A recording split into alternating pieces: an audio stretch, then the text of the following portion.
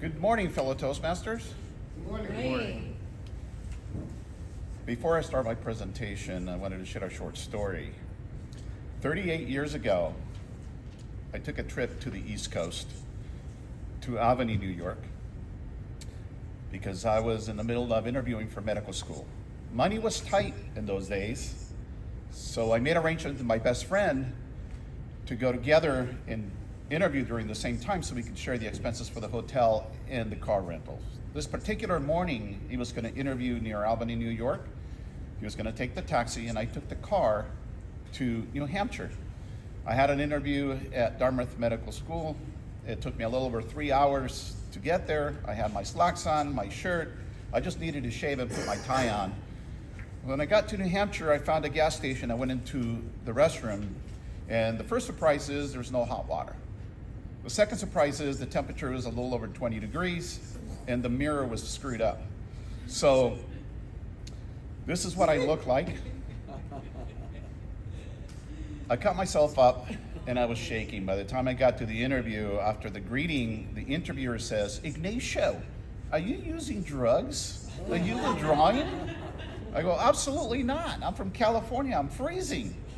Obviously, the interview didn't go well. Why am I sharing this story? Because first impressions matter. I blew it. So we know that appearances can be deceptive and first impressions can be defective.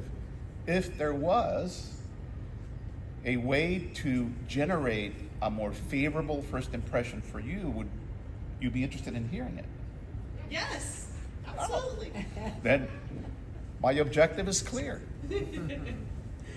First impressions are a double-edged sword, because as you are forming an impression of someone else, they are forming one of you. The studies show from these three organizations, American Psychology Association, the Association of Psychological Sciences, and Psychology Today, through multiple studies, that there are three major factors in generating first impressions.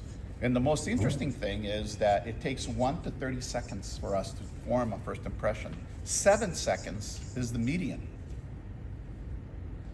So those three factors that are critical in generating a first impression include appearance, vocal quality, and the third is body language. So from here on out, my presentation is going to be partitioned into three parts: appearance, vocal quality, and thirdly, body language.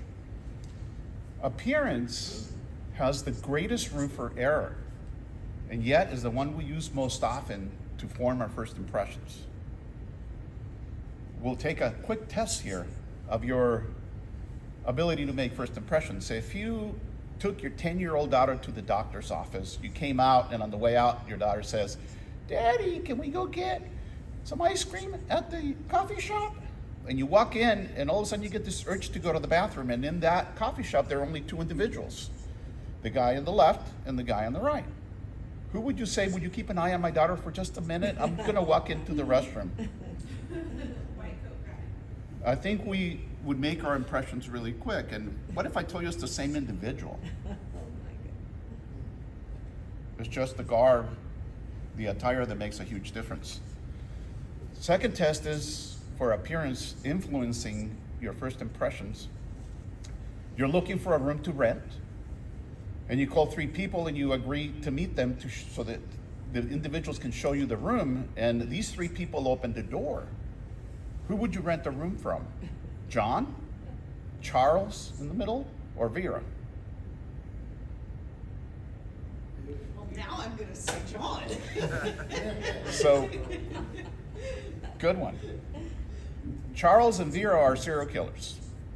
As a matter of fact, Charles is a very flamboyant, very likable individual, and he lures people in and he kills them. John was abused as a child, and he disfigured his body to attract less attention, but he's the nicest guy. Real individual, lives in Australia. So appearances can be very deceptive, and really we should take a little more time in deciding what we're going to do as far as forming a first impression. The second piece is vocal quality. It turns out from the studies that it's not what you say, is how you say it that makes a big difference. A readily audible voice, a paced rhythm in your speech is perceived as most favorable when you're talking to somebody else. Even better if you use pauses to make an accentuated impression. So the third piece, the third part is your body language. And that's extremely important. If you look confident by standing tall, you're going to be perceived very differently than if you hunched over and you don't look at people in the eye. In closing, first impressions matter depending on what's at stake. If you're at an interview or if you're on a date, you may put different values to those encounters. But sometimes you never know who you might meet. So I would suggest that when you leave your house, think of it as being on stage. Mind your appearance, mind your quality of your voice as well as your body language.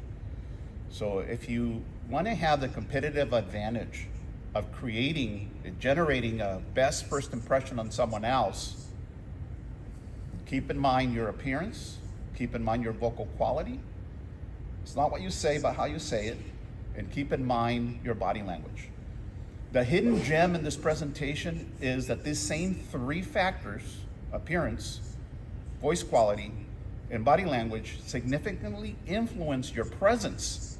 I recently did a 50-hour course on presentation skills, and presence was a big topic. What is presence?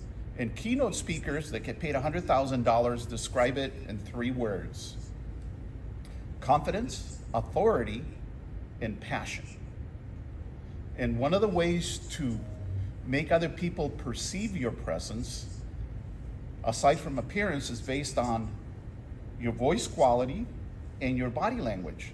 The very interesting definition this individual gave is you have to fill the room.